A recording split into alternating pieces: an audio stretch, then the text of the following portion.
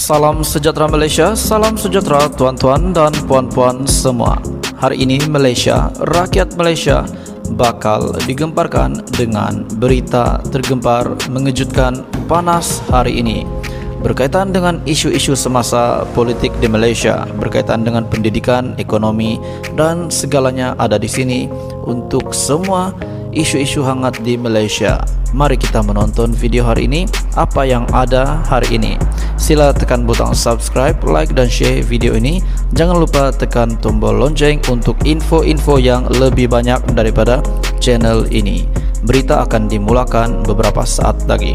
Teruskan bersama di dalam channel ini untuk info yang lebih hangat di Malaysia, untuk semua rakyat Malaysia, untuk keluarga Malaysia. Mari kita menonton video ini. Selamat petang, salam sejahtera Malaysia. Info hari ini terkini untuk Malaysia. Mungkin Samsul Iskandar di Bagan Datuk, bukan Taufik Ismail. Berita daripada Malaysia kini. Hasrat pengasas bersama kumpulan reformasi politik Gerak Independen Taufik Ismail untuk menjadi calon Pakatan Harapan di Bagan Datuk. Kerusi yang dipegang Presiden UMNO Ahmad Zahid Hamidi mungkin tidak akan diterima menurut Naib Presiden PKR Chang Lee Kang. Memandangkan permohonan Taufik boleh dikira di saat akhir, agak sukar untuk ia diterima sekarang. Buat masa sekarang, PKR mungkin akan meletakkan Samsul Iskandar Muhammad Akin di Bagan Datuk, kata Chang kepada Malaysia kini. Samsul Iskandar adalah penyandang kerusi Parlimen Hang Tuah Jaya. Dia menang di situ selepas menewaskan bekas Ketua Menteri Melaka Muhammad Ali Rustam dengan perbezaan 8,640 undi pada PRU 2018. Menurut Chang, dia setakat ini belum melihat Taufik membuat sebarang permohonan rasmi berkenaan hasratnya itu. Saya tak tahu jika Taufik ada buat permohonan itu kepada mana-mana pemimpin dan dalam PKR. Tapi saya boleh beritahu yang kepimpinan pusat tidak pernah membincangkannya. Chang merupakan antara pemimpin PKR yang terlibat dalam rundingan kerusi dalam Pakatan Harapan. Taufik ketika dihubung pula berkata dia telah membuat permohonan itu kepada beberapa pemimpin Pakatan Harapan. Setakat ini Lim Kit Siang beri respon positif dan Presiden PKR Anwar Ibrahim juga sudah terima, tetapi setakat ini dia belum beri respon. Kami akan tunggu untuk Anwar dan Amanah beri respon. Anwar adalah pemimpin yang tanda tangan watika pencalonan, kata anak sulung Timbalan Perdana Menteri kedua Allahyarham Dr. Ismail Abdul Rahman. Menurut Taufik, jika Pakatan Harapan tidak menerima permohonannya, dia akan bertanding sebagai calon bebas dalam PRU 15. Dia pernah menjadi ahli parlimen Sungai Benut sebelum meninggalkan UMNO pada 1987.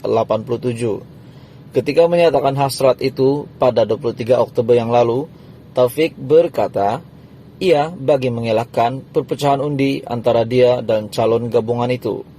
Untuk mengelakkan undi berpecah dalam mengejar matlamat yang sama, saya menawarkan pencalonan saya kepada Pakatan Harapan sebagai calon di bawah logo mereka. Awal tahun ini, GI mengumumkan barisan calon PRU 15, pilihan raya umum ke-15 bagi kerusi Parlimen Subang, Petaling Jaya, Wangsa Maju, Kota Kinabalu, dan Batu. Kesemua kerusi berkenaan dimenangi Pakatan Harapan pada pilihan raya umum tahun 2018 yang lalu. 4 daripada kerusi itu dimenangi oleh PKR. Manakala 2 kerusi lagi dimenangi oleh DAP, P. Prabakaran yang menang di Batu atas tiket bebas pada PRU telah menyertai PKR. Mungkin Samsul Iskandar di Bagan Datuk, bukan Taufik Ismail. Hasrat pengasas bersama kumpulan reformasi politik Gerak Independen Taufik Ismail untuk menjadikan calon Pakatan Harapan di Bagan Datuk. Kerusi yang dipegang Presiden UMNO Ahmad Zahid Hamidi mungkin tidak akan diterima. Menurut Naib Presiden PKR Chang Lee Kang, memandangkan permohonan Taufik boleh dikira di saat akhir, agak sukar untuk ia diterima sekarang. Samsul Iskandar adalah penyandang kerusi Parlimen Hang Tua Jaya. Dia menang di situ selepas menewaskan bekas Ketua Menteri Melaka, Muhammad Ali Rustam, dengan perbezaan undi 8.640 pada PRU 2018. Menurut Chang, dia setakat ini belum melihat Taufik membuat sebarang permohonan rasmi berkenaan hasratnya itu. Saya tak tahu jika Taufik ada buat permohonan itu kepada mana-mana pemimpin dalam PKR. Tapi saya boleh beritahu yang kepimpinan pusat tidak pernah membincangkannya. Hello Malaysia, salam sejahtera tuan-tuan dan puan-puan semua. Hari ini ada satu berita tergempar yang diumumkan dari media yang mengatakan bahwa Mahathir dan Anwar boleh bekerja sama, dan kerjasama ini pasti adalah kerjasama yang terbaik dan pasti mencapai kemenangan pada PRU 15 nanti. Tuan-tuan dan puan-puan, adakah setelah Anwar mengeluarkan kenyataan bahwa beliau ini tolak Mahathir, tolak GTA, tolak kerjasama dengan gerakan tanah air, tapi menurut berita ini, artikel ini yang mengatakan kerjasama Mahathir dan Anwar adalah yang terbaik. Mereka sebenarnya saling memerlukan. Benarkah Anwar ini memerlukan Mahathir? Benarkah Anwar ini sangat memerlukan Mahathir? Kalau kita lihat, Mahathir yang sangat memerlukan Anwar pada ketika ini. Ada juga yang cakap, ada juga yang kata Mahathir hanya ingin bersama dengan gabungan-gabungan yang lain, pembangkang yang lain untuk menyelamatkan diri beliau sendiri. Tapi ada satu berita hari ini yang mengatakan Mahathir dan Anwar saling memerlukan. Nah, kata penganalisis. Berita sepenuhnya gandingan bekas mentor dan anak didik Dr. Mahathir Mohamad dan juga Anwar Ibrahim adalah pasangan ideal sebagai gandingan terakhir kerana mereka ini saling memerlukan.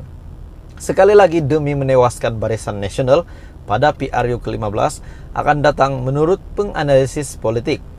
Bagaimanapun, seorang lagi pemerhati politik berpendapat bahwa Mahathir yang kini berusia 97 tahun itu hanya akan menjadi liability kepada Pakatan Harapan kerana pengaruhnya yang semakin pudar. Bercakap kepada Malaysia kini, pensyarah Universiti Utara Malaysia, Muhammad Azizuddin Muhammad Sani berkata, adalah bagus bagi pihak yang saling bermusuhan untuk melupakan persengketaan dan bersatu semula untuk menjatuhkan Barisan Nasional serta Perikatan Nasional. Mengambil maklum bahawa Pakatan Harapan masih mampu meraih undi Malaysia di kerusi bandar, tetapi tidak begitu banyak berbanding di kawasan luar bandar, Azizuddin berkata Mahathir boleh menghulurkan bantuan. Maksudnya, untuk bandar, untuk kerusi bandar, kita boleh lihat Anwar mungkin lebih berpengaruh, influence-nya lebih kuat. Tetapi untuk kawasan luar bandar, yang berkata Mahathir boleh menghulurkan bantuan untuk Pakatan Harapan. Itu adalah menurut penganalisis politik. Mahathir masih ada pengaruh di kawasan pedalaman Melayu dan golongan tua masih mahukan dia. Dia boleh dapat undi daripada golongan ini. Satu-satunya perkara yang perlu dilakukan sekarang ialah mereka, Anwar dan Mahathir ini, antara lainnya adalah bersama-sama untuk berkompromi mengenai strategi. Penganalisis politik itu berkata dia tidak jelas dengan pandangan pihak yang enggan kerjasama antara kedua-dua tokoh itu. Kerana menurutnya Anwar dan Mahathir tidak semestinya menyertai pilihan raya sebagai gabungan, tetapi masih boleh membentuk kerjasama ataupun perjanjian.